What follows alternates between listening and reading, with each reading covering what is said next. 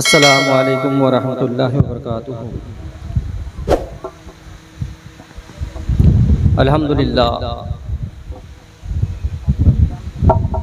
अल्हम्दुलिल्लाहि रब्बिल आलमीन वल आक़िबतु लिल मुत्तक़ीन वस्सलातु वस्सलामु अला रसूलिही मुहम्मद व आलिहि व सहाबिही अजमाइन। अम्मा बाद फ़अऊज़ु बिल्लाहि मिनश शैतानिर रजीम। बिस्मिल्लाहिर रहमानिर रहीम। या अय्युहल्लज़ीना आमनुत्तक़ुल्लाहा व कुनू मस्सादिक़ीन। सदक़ल्लाहुल अज़ीम। खुतবার পর আপনাদের সামনে এক আয়াতে পাক আমি তিলাওয়াত করেছি। এর তরজমা, অনুবাদ এবং কিছু বলার পূর্বে আসুন আমি আপনারা সবাই মিলে নবী পাক সাল্লাল্লাহু আলাইহি ওয়াসাল্লামের বারগাহে दुरूद पाक पढ़ुन सबाई मिले। अल्लाहुम्मा सल्ली अला सय्यिदिना शफीअना मौलाना मुहम्मदिन व बारिक सल्लिम सल्लु अलैहि सलातन व सलामन अलैका या रसूल अल्लाह सल्लल्लाहु ताला अलैहि वसल्लम। आरती ग्राम बासीगणदेरके आमि शुभेच्छा जानाई जे आपनारा खूब सौभाग्यवान जे एकटा खूब सुंदर महफिल के अपना साजिয়েছেন এবং এই महफिल बस একটু পরে শেষ হবে। আর কিছু বলার যদি অনুমতি দেন তাহলে কিছু কথা আমি বলবো, আর যদি বলেন কি না সালাম পড়বো তো সালাম করে দোয়া হবে।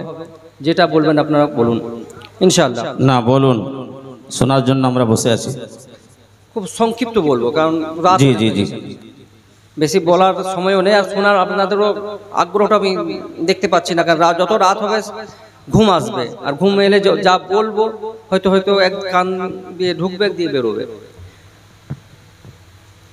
খুব খুব সৌভাগ্যবান যে মসজিদ উপলক্ষে মাহফিলটা সাজানো। জি জি জি, আপনাদের কমিটির লোক গিয়েছিল আমার কাছে, আপনারা গিয়েছিলেন যে অনেকদিন হলো, প্রায় অনেকদিন আমি মনে পড়তে পারছি না যে অনেকদিন পরে এরকম একটা জলসা হলো। 2 বছর আগে, 2 বছর আগে। জি জি হ্যাঁ 2 বছর। আর আমি খুশি যে মসজিদ খুব তাড়াতাড়ি হয়েছে। আপনাদের মেহনত এই কাজ, মেহনতে এই কাজটা হয়েছে।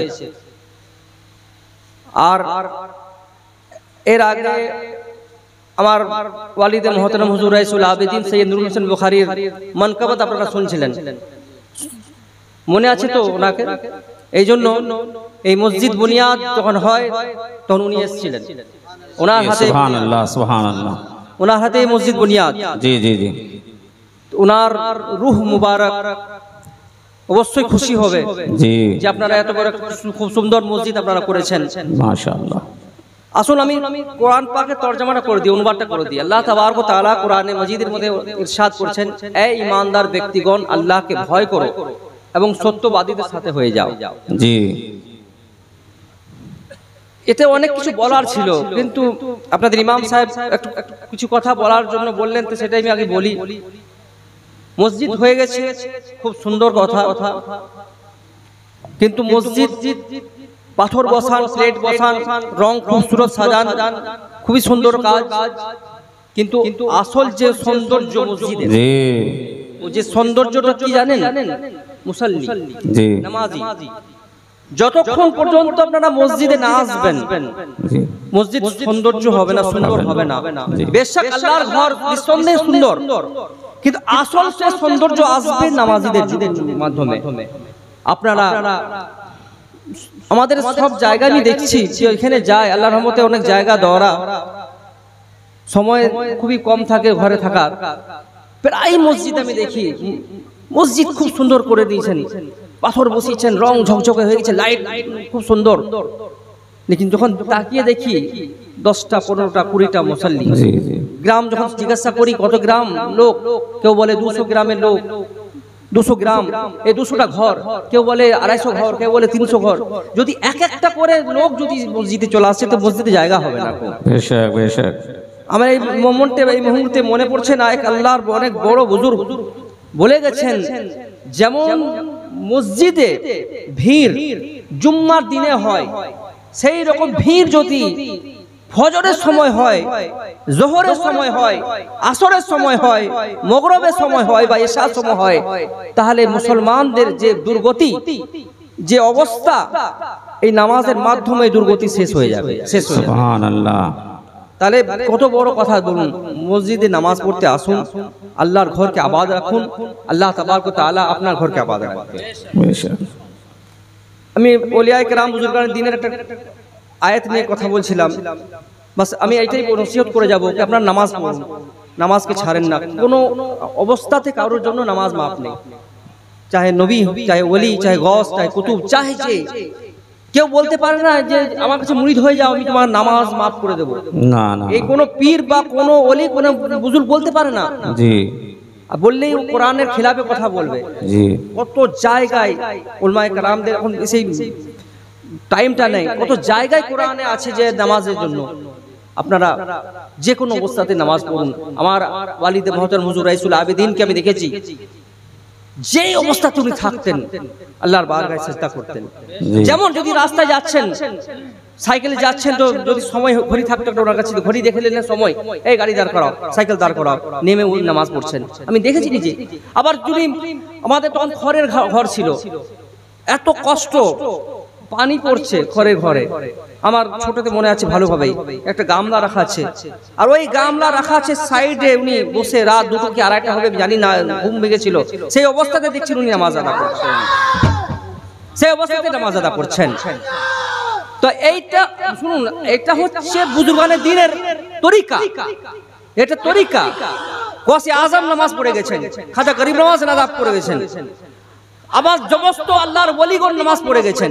এই সমস্ত ওলিগণদের রাস্তা আমরা অবলম্বন করব, আর এই অবলম্বন রাস্তা দেখে আমরা শুধু আহলে সুন্নাত জামাত এরকম জলসা করে থেমে থাকবো না, আমরা জলসাও করব, নবী পাক সাল্লাল্লাহু আলাইহি ওয়াসাল্লামের উরস মুবারকে যেমন 12 রবিউল আউয়ালে জুলুসও বার করব, আর আমরা মসজিদে এসে নামাজ পড়ব। জি জি জি জি, আমাদের শুনতে হয় খুব ভালো খারাপ লাগে, এই সুন্নি জামাত মাজার যাবে, মাজারে জিয়ারত করবে, জি জি, জলসা করবে, জুলুস করবে, 12 রবিউল আউয়াল সাজাবে, ফুক করবে, কিন্তু মসজিদে এসে নামাজ পড়বে না।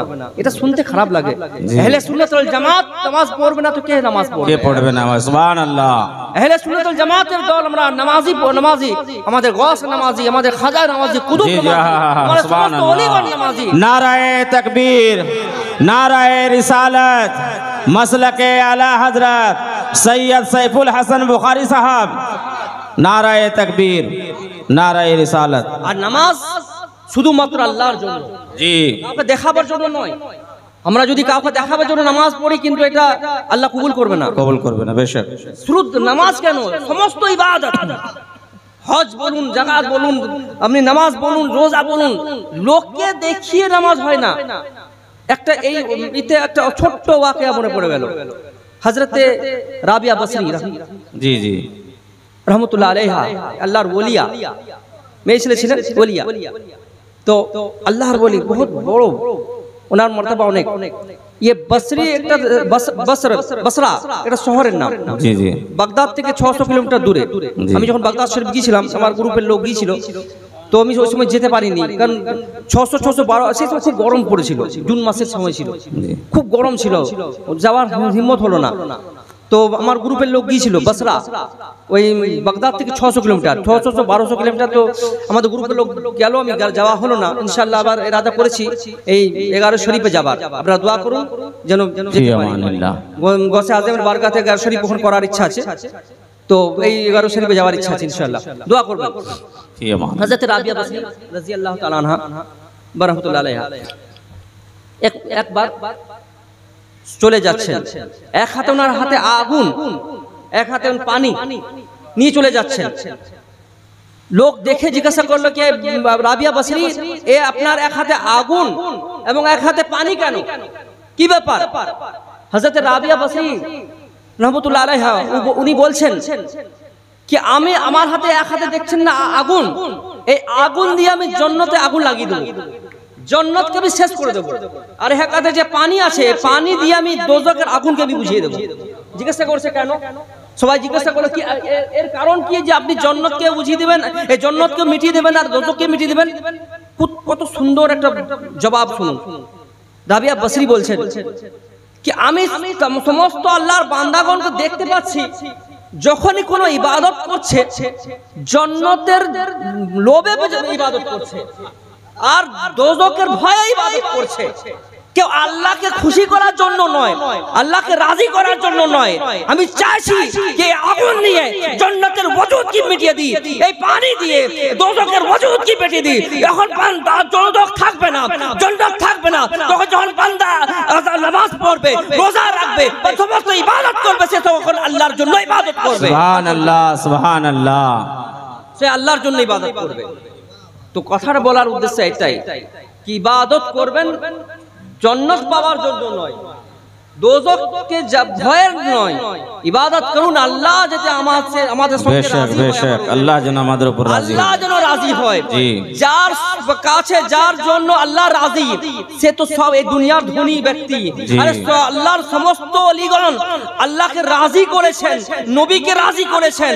আমাদের কর্তব্য এইটাই যে আমাদের জরুরি যে আল্লাহ আমাদের রাজি হন আর নবী রাজি হন। তার জন্য আমাদেরকে কি করতে হবে? মসজিদে এসে আল্লাহর বারগাহে ইবাদত করতে হবে। বেশক আমি চাইবো আল্লাহ তাবারক বারগাহের কাছে এটাই দোয়া করবো, আল্লাহ তাবারক তাআলা আমাদেরকে আপনাদেরকে সমস্ত লোকদেরকে ইবাদত করার তৌফিক দান। আমিন সুম্মা আমিন। আর আল্লাহকে খুশি করার জন্য, আল্লাহর রাজি করার জন্য, আল্লাহর রাজার জন্য, আল্লাহকে খুশি করার জন্য আমরা ইবাদত করব ইনশাআল্লাহ তাআলা।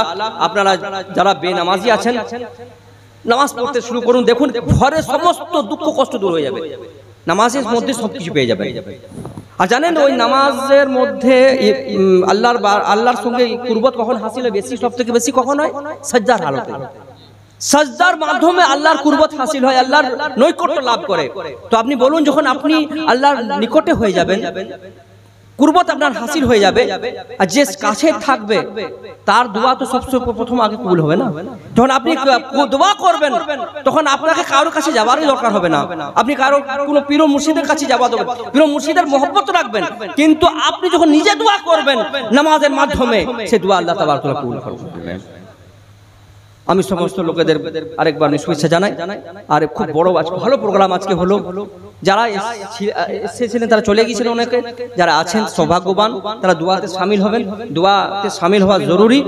আর যারা আমি বারবার বলে যাব বেনামাজি তারা নামাজ পড়তে লাগুন ইনশাআল্লাহ তাআলা। আমাদের দুঃখ কষ্ট সব দূর হয়ে যাবে। আমাদেরকে এখানে ওখানে মারা যাচ্ছে, এখানে যেখানে পিটারা যাচ্ছে, মানে আমাদের উপরে যা জুলুম হচ্ছে আমরা নিজেরাই দোষী, আমরা আল্লাহর কাছ থেকে দূরে সরে যাচ্ছি। ইনশাআল্লাহ তাআলা সবাই নামাজ পড়ো। আসসালামু আলাইকুম ওয়া রাহমাতুল্লাহি ওয়া বারাকাতুহু।